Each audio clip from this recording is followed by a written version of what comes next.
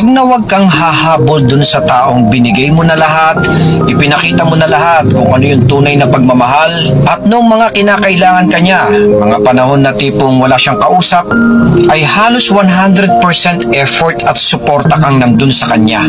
Wag na wag mong hahabulin yung taong kinailangan ka niya ng mga panahon na siya ay wala. At wag na wag mong hahabulin kung halimbawa ngayon ay parang wala kang kwenta, na halos parang nagmamakaawa ka para ipaalala sa kanya yung mga pinagsamahan ninyo, pero wala pa rin po itong halaga at epekto sa kanya. Huwag kang hahabol doon. Huwag mong pilitin yon, huwag mong persahin yon, at hindi mo kailangan lumuhod para doon. Dahil sa pagtigil mo, paglayo mo, at pag-aaruga sa nararamdaman at sarili mo, dito niya muling maaalala yon.